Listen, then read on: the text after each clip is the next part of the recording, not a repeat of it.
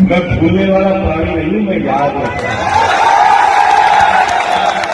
मैं दोस्ती और दुश्मनी दोनों याद रखता हूं। आज तो उसने टिकट काट लिया, आज तो उसकी क्षमता है टिकट काटने की। सुना आपने किस तरह नरोत्तम मिश्रा ने दतिया में भरे मंच शासन प्रशासन को आड़े हाथों लिया। भरे मंच ये भी कह गए कि आशुतोष तिवारी की क्या वो है कि वो मेरा टिकट कटवा सके। वैसे नरोत्तम मिश्रा से जुड़ी कोई भी खबर मैं शुरू करूं उसके पहले कोई ना कोई शेर ख्याल में आ ही जाता है। वो एक शेर है ना कि तुम्हारी सोच के सांचे में ढल नहीं सकता, जुबां काट दो लहजा बदल नहीं सकता। बिल्कुल फिट बैठता नरोत्तम मिश्रा पर। दूसरी दफा अपना टिकट कटने के बाद दूसरी दफा कार्यकर्ताओं से मुखातिब थे। इसके पहले जब मुखातिब थे तब फॉर्म नामांकन भरना था, मंच पर सभी नेता मौजूद थे, मुख्यमंत्री मौजूद थे। तब नरोत्तम मिश्रा की आंखों से आंसू टपक पड़े।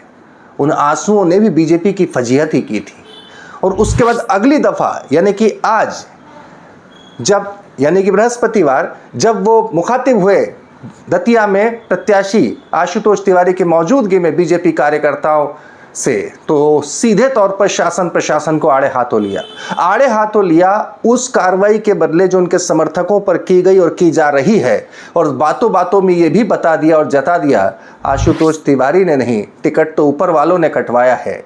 जिक्र वही था, पीड़ा वही थी, बशर्ते ना निशाने पर मुख्यमंत्री नहीं थे तो क्या हुआ, शासन भी था प्रशासन भी था। तो एक बड़ा सवाल ये उठा है कि अगर चुनाव तक इसी अपने अंदाज में नरोत्तम मिश्रा भाषण देते आए तो इससे बीजेपी की हालत सुधरेगी या फजीयत ज्यादा हो जाएगी। नमस्कार, मैं हूं भुवनेश सेंगर, देख रहे हैं आप द लपेटा। अंत तक देखिएगा क्योंकि इससे आपको समझ में आ जाएगा कि समीकरण और नरोत्तम मिश्रा फैक्टर क्या है।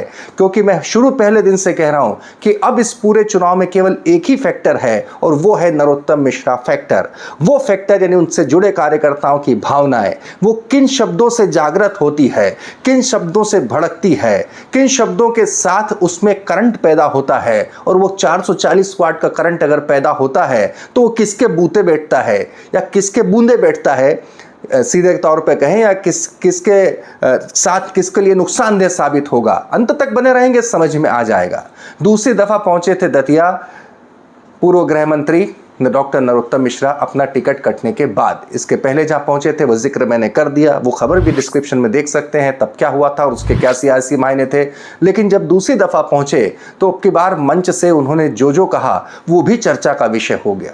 वो भी उसकी क्लिप्स रील्स बनकर तमाम जगहों पर वायरल हो रही है। नरोत्तम मिश्रा कुछ कहें और उसके बाद वो खबर न बने, हो ही कैसे सकता है। अंदाज नहीं बदला, टिकट कट गया लेकिन तेवर नहीं गए। अब की बार निशाने पर सीधे पुलिस प्रशासन था। याद कीजिए 11 जुलाई को जब टिकट कटा, उसके बाद जिस तरह से उनके समर्थक बड़ी संख्या में सड़कों पर उतर आए और उसके बाद रात भर हंगामा चला और पुलिस ने आखिरकार बल प्रयोग किया, आंसू गैस के गोले छोड़े। उसके बाद 200 से ज्यादा समर्थकों पर कार्रवाई की बात कही गई, 27 को नामजद किया गया। पूर्व गृह मंत्री को नौबत यह थी कि भरे मंच से एसपी को कहना पड़ा कि मैं भूलने वाला प्राणी नहीं हूं। सुनिए किस तरीके के साथ उन्होंने सीधे तौर पर शासन और प्रशासन पर निशाना साधा। आपको चक्का जाम खुलवाना था, खुलवाते, परंतु गैस के गोले कार्यालय तक क्यों डाले?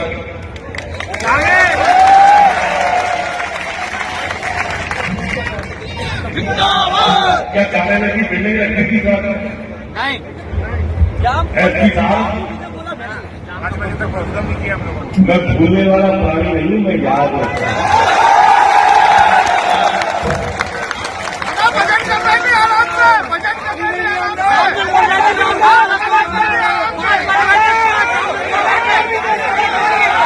मैं दोस्ती और दुश्मनी दोनों याद रखता हूं।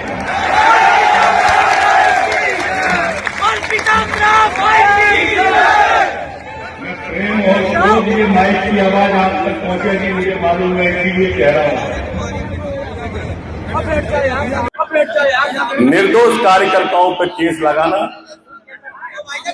निर्दोष लोगों को पीटना बर्दाश्त नहीं है, किसी भी कीमत पे नहीं है। और कार्यकर्ता बंधु 3 तारीख तक हम सभा इंतजार कर रहे हैं। और बलुआ मजे लो, बीच बीच में नहीं बोलो, आनंद भी लो। और आगे की लाइन भी लो। मन को मेरे को समझो, मैं जब तुम्हारे मन को समझ रहा हूं तो तुम भी कोशिश करो मेरे को समझने की।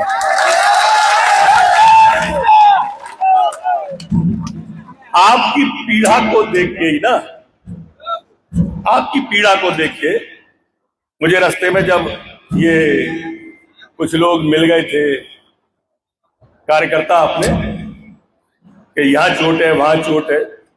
एक तो आज सवेरे ही आ गया हमारा कुरथरा का, उसके सिर पे कौन सा गोला बोलते हैं वो, आंसू गैस का गोला उसके सिर पे फटाया लगा, उसके पूरा सिर के कमरिया में मुकेश कमरिया था। वो तो सीधा संवाद था अपने समर्थकों के बीच कि मैं आपके साथ खड़ा हूं। तो समर्थकों को यह भी बताना था कि टिकट कटा क्यों, बताते तो क्या बताते, कैसे बताते। इशारों में इतना बता दिया कि कम से कम आशुतोष तिवारी की तो वो नहीं कि वो मेरा टिकट काट सके, ये सब बोल दिया। और साथ में ये भी बोल दिया कि जिन लोगों ने काटा है उन तक आपकी आवाज़ पहुंचेगी नहीं। ये सारी बातें आप क्या समझते हैं, भावनाओं को शांत कर रही थी या भावनाओं को भड़का रही थी? सुनिए। उससे भी मन दुखी हुआ, तुमने उसकी दिशा ही मोड़ दी, उस दिशा ने दशा मोड़ दी। बोले दादा के आंसू का एक एक बदला भाजपा से लेके कैसे होगा यार? बदला लेना है कांग्रेस से कह रहे हो, भाजपा से बदला लेना है, पुलिस प्रशासन से कह रहे हो, आज तो क्या क्या थीम थी दिमाग के अंदर? ये आना चाहिए ना कि हमें बदला किससे लेना है। आज तो उसने टिकट काट लिया, आज तो उसकी क्षमता है टिकट काटने की। भाई टिकट काटने वाले कोई और है, वहां तक तुम्हारी क्षमता नहीं है जाने की। ठीक बात है कि नहीं? वहां हमें बात करनी है, वो हम करेंगे, तुम जानते हो कि हम नहीं ठहरेंगे, हम करेंगे।